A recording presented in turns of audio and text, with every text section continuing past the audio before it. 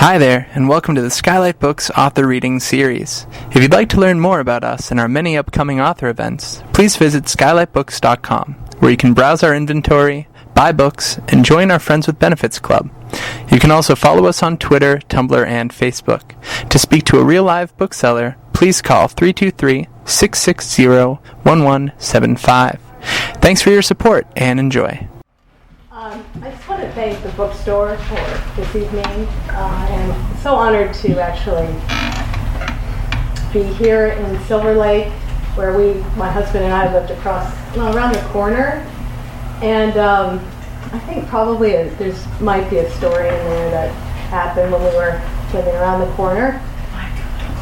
Oh, we were going to try to do it non-mic. I see. Is that okay with everybody? Can everyone hear me? Yeah? Yeah, okay. And so thank you to the bookstore, and thank you for everybody who's come. It means a lot to me, and I want to thank Brenda most of all, because she's a really big part of how this collection sort of came together, in part because her husband, John Carroll Lynch, was in 2 movies that were adapted from Greek weather stories, and working with actors has been a really big part of how this book came together.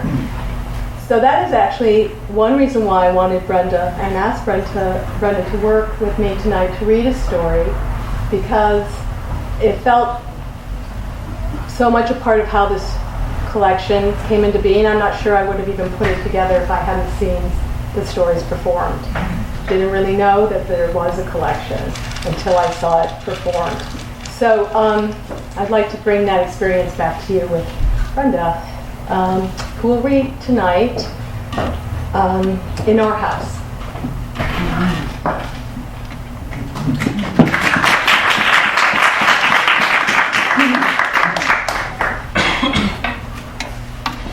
Nobody likes my sister. Even so, nobody's killed her yet, and she turns 11 today, so I'm baking her a birthday cake. Wasn't my idea. God, take my right hand, Mother likes to say, though she doesn't believe in God. I don't need it with Desiree to get the job done. She and Dad have gone to a farm for my sister's present. This cake is a nightmare. Why Mother couldn't just pick something from a regular cake and frosting box, I don't know. There's a half dozen layers, and she bought unsweetened coconut, so I have to sugar it up with other ingredients. Will someone tell me why I'm going to this trouble when my sister hates coconut? She says it tastes like plastic feathers. Maybe Mother doesn't really want my sister to eat it. Jane may be thin now, Mother says, but it could catch up in the next mouthful. And when it comes to Jane, Mother can't think straight. It doesn't stop with this recipe straight out of Greatest Gourmet Challenges. Jane trudges in from outside. Her shoe slaps the floor and she's breathing like a hound after a race. That's because her sinuses are always congested. With all those allergies, you'd think she'd stay away from spring flowers. But the great outdoors is Jane's thing. So Mother stocks up on pocket-sized Kleenex packs to keep the cuffs of Jane's shirts clean. Just another of Mother's futile exercises. Think Jane uses them? What stinks, Jane says, routing mud from the tread of her elevator shoe with a twig. I point to the mess she's making. She just glares at me and then points to the mess I'm making on the counter. I'm baking your birthday cake, I say. How come Mom's not making it? She's rifling through Dad's tool drawer now. Mom's getting the present. The rabbit is a surprise. She better get me that fucking rabbit. Waving a pair of wire cutters for the hut she's building, and limps out the back door again. My sister has a terrible mouth. None of us can quite remember when it started. Dad likes to say, perhaps it was the baby bottle that elicited the first curse, to which I say, good thing Mother breastfed me. Washing Jane's mouth out with soap or dabbing hot sauce on her tongue only spices up the curses. So now, Mother and Dad ignore The other day, I told Jane she sounded like her dad was a drunken sailor, and Mother slapped my face. The first time in my 12 years. You should know better than that, Desiree. Sailors are a sensitive topic in our house. Both Jane's dad and mine are in the Navy. Dad's a lieutenant, though. Perfect, Desiree, Mother says as I pull the cake pans out of the oven. The third and final stage of the leavening process. Damn ridiculous cake, I say. You sound like your sister, says Dad, setting a cardboard box on the floor. Desiree will never talk like her sister, Mother says, thumbing off her high heels. She doesn't have the vocabulary. She hands me the china cake plate with the marine blue trim. It's printed in gold with my name and date of birth. We don't have a plate with Jane's name. Oh, I say, I know the words, Mother. The skill comes in not using them. Dad winks at me, believing I'm witty. He lifts off the lid of the cardboard box. Long, long ears rise up. Is it the one she wanted? I say, watching the nose flick along the rim of the box. It's a rabbit, Dad says. Good enough, Mother says. I wonder if it is. If anything is. Jane has opened her presents and is reading out loud from the book I gave her called Amazing Animal Facts. The rabbit sits in the cardboard box on the dinner table. She's named him Rude Boy. Listen to this, Desiree, Jane says as she jams her toe into the heel of her elevator shoe. She does this, I've noticed, when she's really excited. The female pond snail's vagina is in her head. Mother hands me the cake knife from the good silver drawer, and I light 11 blue candles. Through the little flames, I see Jane's face above the book, the pale, veined skin set against the black hair, not a bit like Mother's. But it's a pretty face. If only she'd smile.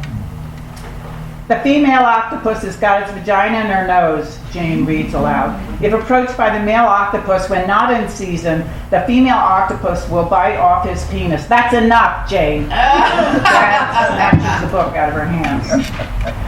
A female tortoise gets itself ready to mate, Jane goes on from memory now, by eating its own cake, I say, as I set it on the table beside the box, the candlelight edging the rabbit's ears in red. Happy birthday to you, Dad sings in an operatic voice that makes us laugh. I whisper, make a wish, Jane. Pushing right up close to the cake, my sister laps up frosting with her tongue. Coconut, she says. Fucking A. Blow out the candles, Janie, Mother says, sounding ready for bed. Jane blows and the room goes dark. Mama, I want to cut the cake, Jane says, reaching for the knife in my hand. I look at Mother. The cake's very delicate, Jane, Mother says, turning the cake plate toward me. Your sister will cut it. Bullshit! It's my birthday cake, Jane says, prying my fingers off the knife handle. The cake teeters, so many layers, as the knife drops from my hand and strikes the table. The rabbit leaps out of the box, spooked, hind legs knocking the cake platter. Cake and plate balance at the table's edge, then crash. The plate hits the floor and explodes. Porcelain splinters. A sliver shoots like an arrow into the thick part of Mother's heel. She stares at the thing, maybe waiting for blood. But this is a clean puncture. A hind leg thumps the rug. Get rid of that damned animal, Mother says. Dad hits Jane harder than I've ever seen him hit anything. Jane stumbles out of her shoe to fall on the floor. Help your mother, Dad tells me as he picks up the rabbit by the neck's loose skin. He reaches out a hand to Jane. Come outside, Jane, my father says. She takes his hand solemnly, mute for a change, and they go outdoors.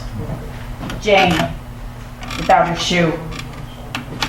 It's her birthday, Mother calls sadly after them. Mother falls in love with sailors, but doesn't like the sea. Only once did she swim in it. The current pulled me out where I didn't want to go, she says.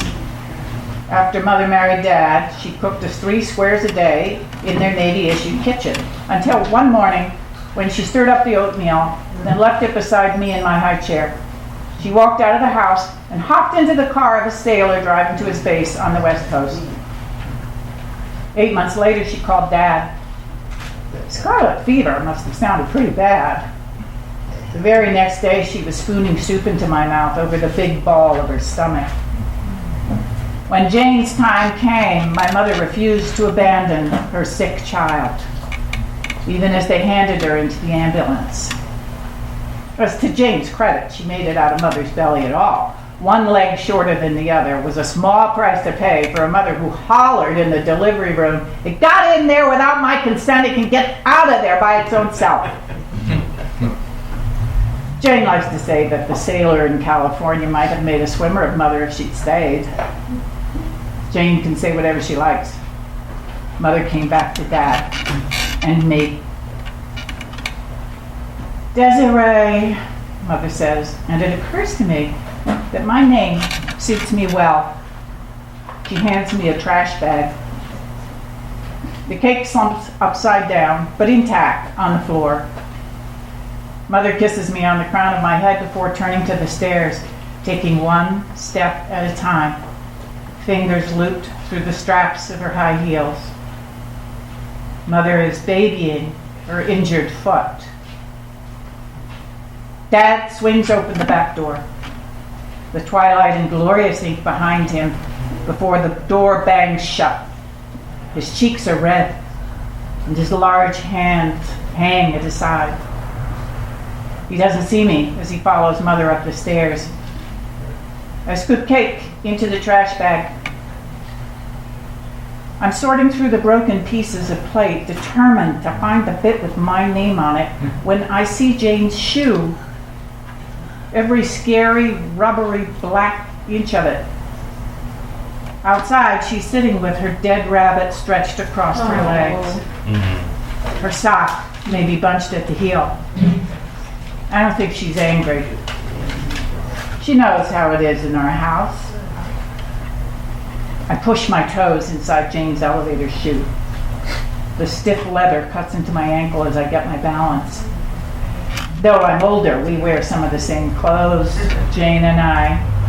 Still, I am surprised by the fit. I wonder if Jane has tried on some of my shoes, pretending she's me. I walk in a circle, going up and slamming down on the other foot. How does Jane do it? Come and go as she does. On me, the shoe's ugly, but not on Jane. On her, on Jane, the ugly shoe fits. Jane taps on the kitchen window above the sink. I hobble over in her shoe. When I open the window, she's yawning. "Are Bob and Dad in bed?" "Probably asleep," I say. "Sorry about your bunny," I say. "What?" "I'll say a prayer," I say. "Say what you want," Jane says. "He's sitting in the hutch. Dad said, keep rude boy outdoors until Mom cools off." "Oh," I say, "I knew that." "See my shoe?" she says. "My foot's cold." "No." "Take off the fucking shoe, Desiree." "Say it nicely," I say. "You know, Jane, people will like you more if you do."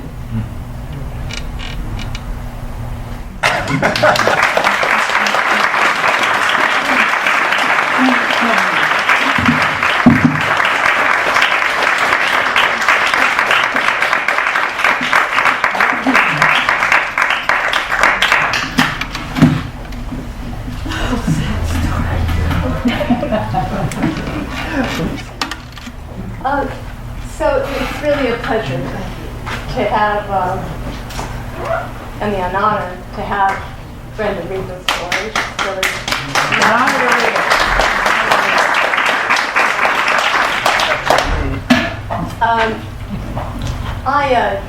This book kind of went over a long evolution, and it bears the traces of sort of all the different ways that many of the stories of it took place. And 3 of the stories were made into films, 2 short films and 1 feature. The title was a feature I made.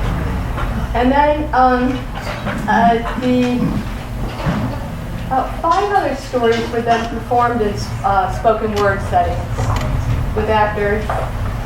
And it was less so from them being made into films that I started to think of the collection as something that had an identity. It was more once they were performed in a live setting like this as a spoken word that I began to see that there was a kind of identity to the people who had inhabited the book. And I had seen these characters as sort of discreet and difficult and like a lot of things that nobody would really want to spend much time with. But then when I saw them, 5 of them, or 4 or 5 of them performed, I really saw a kind of voice that came through, a kind of identity that came through the stories. And it helped me to put the collection together. And that was when I did put it together and I sent it out, and I was lucky enough to get the Grace Paley Award. And that was really an honor to me because it felt like, I can't describe to you how important it was for me to have actors be a part of the process of understanding what a story is. Probably because I had a film background. I do have a film background. I really believe in the art of the sort of the monologue and the delivery of the story. But also what happened too is that I was able to go back to the work itself and really get rid of what didn't need to be there, what was extra, and where you actually might give the reader a room to leave the story, a little exit. And when you watch it performed, I mean, if you're really blessed and, the only person performing is Brenda, then you'll never know when we can get out. But, it's not always like that. And you can really begin to see and hear, okay, there's exits in this story. And it was very fascinating to me to then go back and revise, knowing where I could close the doors. So it just seems really important, the process of the story, to have someone perform the story for you. Does anybody have what? No. Does anybody have any questions? Is your book on tape already, like an audio book? No, but I think that's going to be an exciting next step. So I'm looking forward to that. Yeah, that seems important to the book. Yeah. Any more questions? Anybody have questions? I'm just wondering. In the beginning, I could really see all the characters. They were delightfully amusing until they weren't.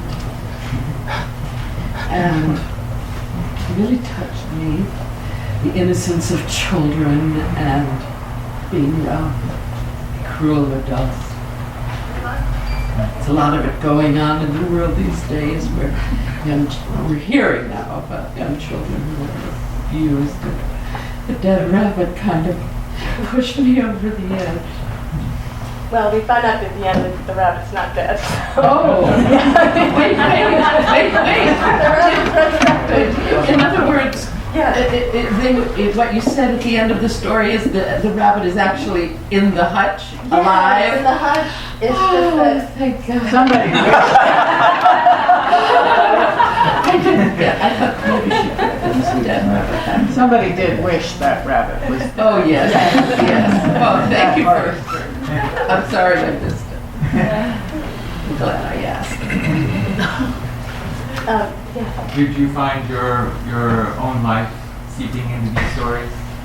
Oh yeah, absolutely. I actually the cake thing happened a little bit in my childhood. Not me, but siblings. Yeah, I mean it's impossible. I think that's the beauty of writing is spinning from the little moments in your life that you can't solve and you never you never can find a recipe or a fix for those things, and to me those are the moments that it's interesting to go in and kind of see if you can massage something out of it. Usually for me it's not redemption. It's something else. It's some other life. I don't know. Okay, I have a question. Yeah. So if it's not redemption, can you suss out that other life and get it better? Well, I think I'm a little bit suspicious of redemption because I feel that it's been oversold for the last 100 years. So and I feel like people feel cheated out when they don't feel like they got redeemed, they got their goodness back, and I think that particularly for me, I'm interested in characters who are more full of life and full of flaws, and than they are in being good, because I think that's what I feel like I've lived a lot more with. It's just living with my character. And I also think that redemption is also a lie a lot of the times. I think it's another false exit out of a door. And we're not offered it almost ever, and so we might make it up, or we go to stories for the lie. And I'm willing to see what else might be found. What else can be found? I don't know. To me, sometimes truth. I would say maybe just truth. In that story, in fact, I think that she has a painful, it's a very typical thing you might see in a short story, honestly, but she just has a moment of being, shaken out of her solipsism or out of her point of view. And that the narrative isn't writing the way she thinks she's got it under control, and the narrative isn't unfolding in that way for her. Just that. I think that seems more truthful to me. That's like the most we can sometimes ask, is to be shaken out of our story, so to speak. I wasn't here right at the start, so sorry if this is repeating an understanding or an introduction. I'm wondering what it is that you might say links the stories in this collection together, whether it's thematic, tonal. What is it in your mind that puts them together in one book? That's a great question. I think that goes back to what I was starting to hear when I saw it performed. And I would say that the thing that links them, and I don't know if I would have said it before, but I'm beginning to feel like the thing that links them is that they need to be told. That there's something about the stories that aren't, nobody is particularly seeking out these stories that often. We may want to hear a story about a kid, two kids, and family dynamics. This might be one of the more, friendlier stories. But I think it's a sense that that there's these feelings of powerlessness, and then not being able to, not finding a sort of moral and just and pure way to deal with that sense of being powerless, but actually, and not even being self-destructive, but rather just being very, very frustrated by it and hitting up against your own imagination. So that's what. I don't know if that makes sense. It was just that there would seem to be a unified voice of kind of frustration in them. Yeah. I'm kind of interested in here. You have a lot of comedy, obviously, in your stories, but you also have a lot of kind of horror aspects. I know you kind of like to combine those, and I'm wondering if you'd speak that way. Well, people are very, it depends on how rigid you want to be about horror, I guess. This isn't horror, but there is that line about the dead rabbit. Yeah, it's more like what's non-permissible. I guess we're not supposed to have dead rabbits. But, we have if you have pets, you end up having a lot more dead ones than you have live ones. We're all honest about it, right? We have kids, we know that. I don't. I find the truth really funny, and I generally do think that it's often abject, and I don't know. I have a soft spot for the abject. I don't know what that's to say. It sounds sort of gruesome, but I just think that and I'm actually some of my newer work, I'm really interested in trying to get at that really kind of physical, more unbounded space, So, don't know if that answers you. Do you? Because what would you say is comedy and horror? Like, how do you see that as combined? Sometimes the most horrible things are hilarious in that kind of strange way. You must be my son.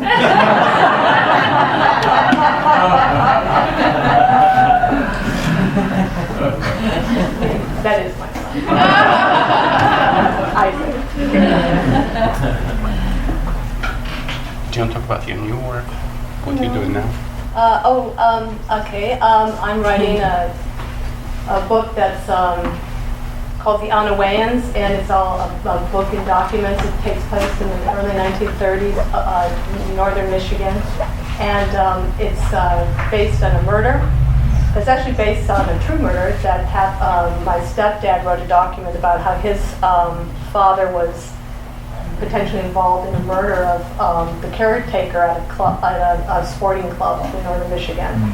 So I took that story and I've been riffing documents off of it, and it is getting kind of interesting because the guy who was murdered, he comes back to life, and he's sort of like the very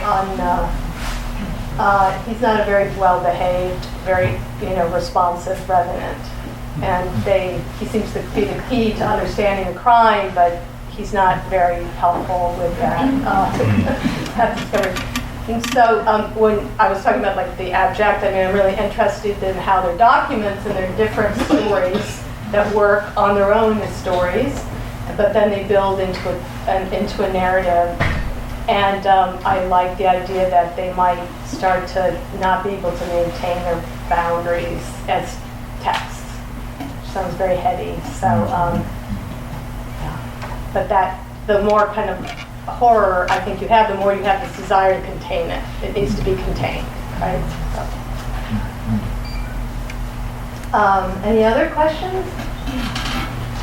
I noticed that in the acknowledgments you thanked Gordon Lish, and given what we know about his relationship with Raymond Carver, I was wondering if you could talk about the influence that Lish had on your work. Well, I did not have the benefit of a Raymond Carver experience with Lish. I was not the lucky recipient of that.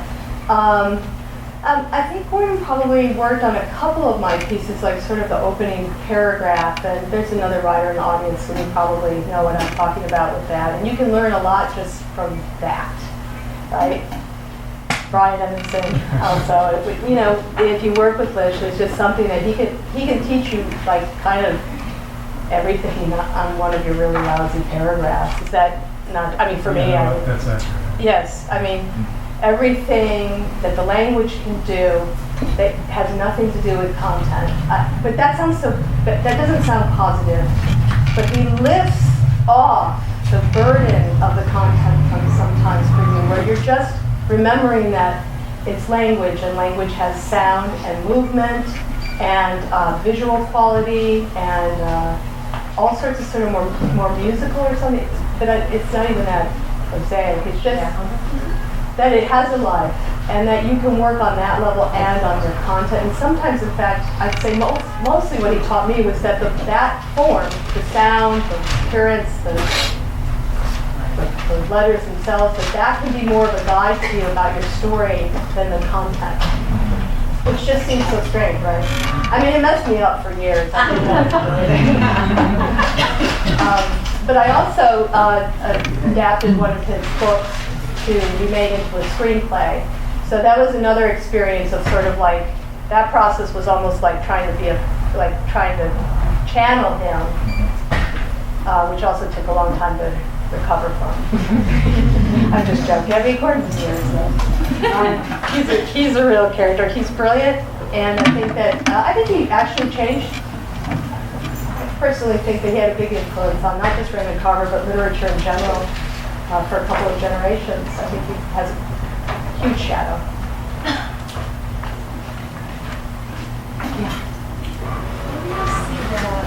That's one of my students.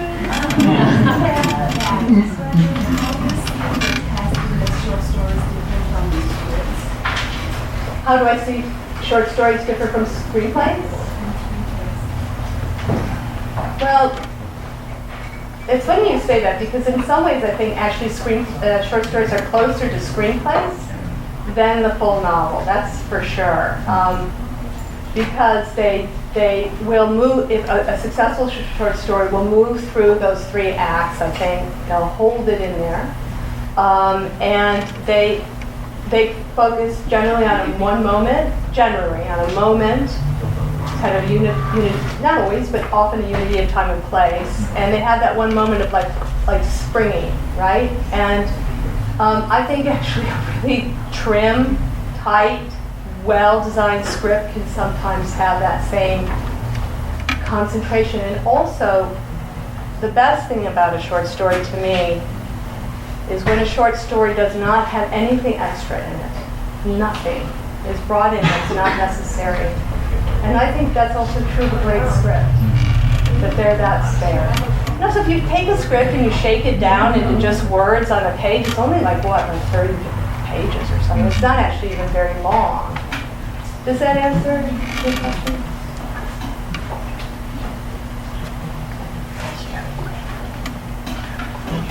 I don't see. Is there another question? Anybody? Oh, I do have a question. Who do you admire who's writing now? It's hard thing to judge, current writers. Who do you think? Current writers that I pay attention to contemporary. Amy Hempel, very much admire her. Brian Evanson.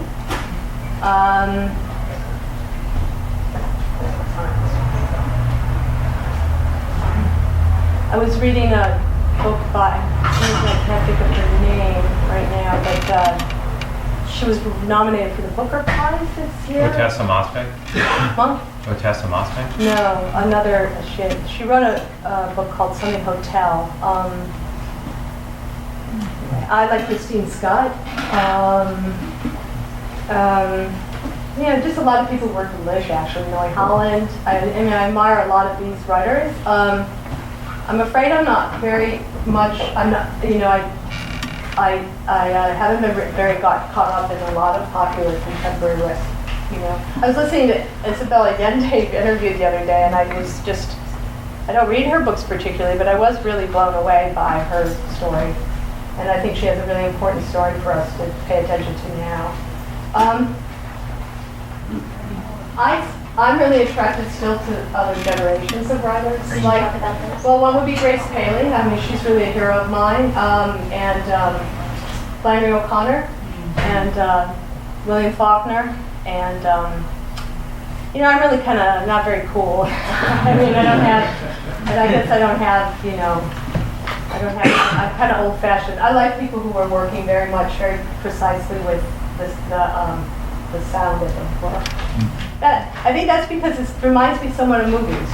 Movies have a kind of plastic quality. They have a kind of thingness to them, and I try to bring that to the story. Any more questions? I have a question for Brenda. I wonder what you did to prepare for reading the story. How do you get ready for this performance? Well, number one, I just have to say right off the bat, there's nothing as tasty as good writing for a performer from the theater or many other kinds of performance, I suppose. But the preparation for me was reading, rereading, listening, And because I know Mary, and we had conversations, not that many, but we did have conversations about, it wasn't about style, I don't know how to describe it, but about the authenticity, I think, the accuracy of the living activity of these people. They're not analytical, they're not the kind of human beings described in this way are rarely, I find, are rarely represented. I mean, I personally probably try to escape some of that myself. So to really have it and know, well, that's it, that's just what it is, and just do it. And that's how I think, that's what's coming out of my mouth. There's a wonderful line, and I'm not, oh, it's going to be terrible if I try to paraphrase, but in another one of the stories, was it the lies just keep coming as this person is literally lying, but inside it's like, wow, look at that, I just lied again. And I find that, just fantastic.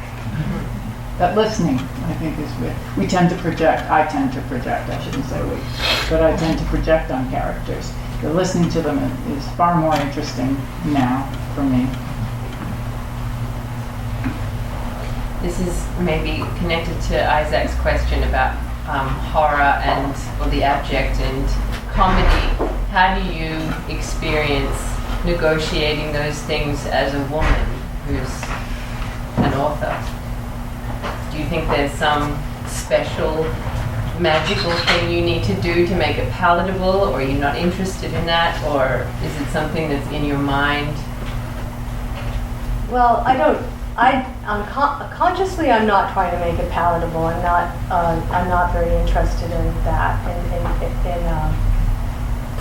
making sure that people can take it. I mean, I'm actually much more interested in seeing how far, particularly in this collection, how far I could push the sort of misbehavior, in a sense, of in some of the stories of a female character, and have her still figure something out. I mean, that's actually has been probably my most fundamental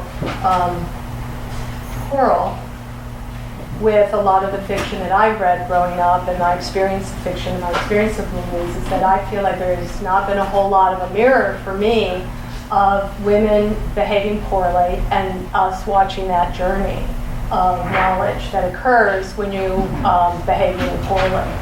And so I can imagine consciously circumscribing that in her behavior, but I don't think any of us know what we've done to when our moms over our shoulder. I don't know how many times we're still trying to please that person.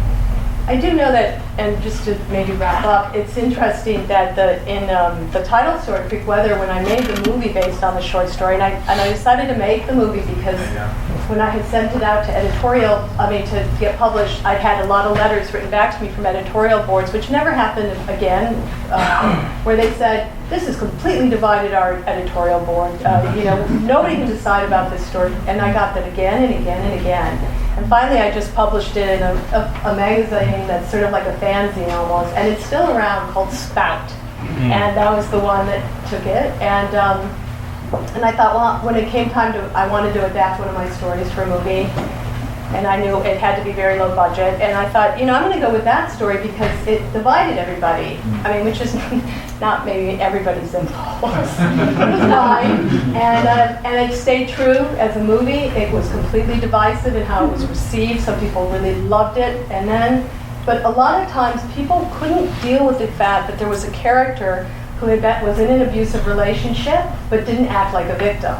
That made people uncomfortable. They didn't like it. They needed to feel sympathy or pity for her. And she doesn't really allow you to. She's just misbehaving and difficult. And but when I went back after years, several years, and sort of hearing these other women's voices, and I went back to the story, I maybe have my tombstone, I could say, the person who worked the longest on an 8-page story. When I went back to it, I realized that I had trapped her in exactly what you're asking about. I had trapped her in my own fears and my own impermissibility, and had stopped up the story. And I realized that she needed to. I actually helped her one more step now to even be even less of a victim. There was still a little thing, a pretty strong thing still in the story where she was still a victim, and over all that time I found that I was liberated enough to make her just get in a bad situation, be mistreated, but also mistreat. And in that scene, and that was incredible to me, because I actually wondered if there had been something not just shifted in me, but just that, and I'd like to say happily that maybe shifted in the culture that allowed for that freeing up for even more bad behavior from women, even self. And there's something about that, because I think when you buy the book, which of course you all will, that is the total story of, and of course I'm familiar with it, but it's not, lest it sound this way, and I don't think it does, but I go to Thelma and Louise, and it's not revenge. There's not an ounce of revenge in it, in the behavior, the misbehavior, which oftentimes I feel justifies when it's a revenge story, you know, they get back and they get back. It's actually, in a way, tit for tat. And that is actually, I think, how people are more and more aware of it, the potential of relationship, regardless of how that relationship is described, is becoming more equal. We needn't talk about the most current stuff, but it's true. So it's not Thelma and Louise. It's not like somebody just goes off and does exactly what's being done to them. I don't know how to describe it, but you'll want to read the story, because it's unbelievable. Yeah, thank you for that. Really unbelievable. All right. Well, thank you so much, everybody, for coming.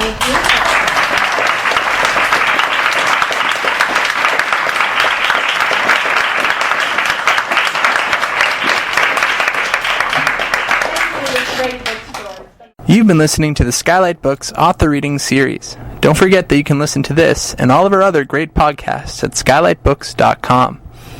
Thanks again for stopping by, and we hope to see you soon.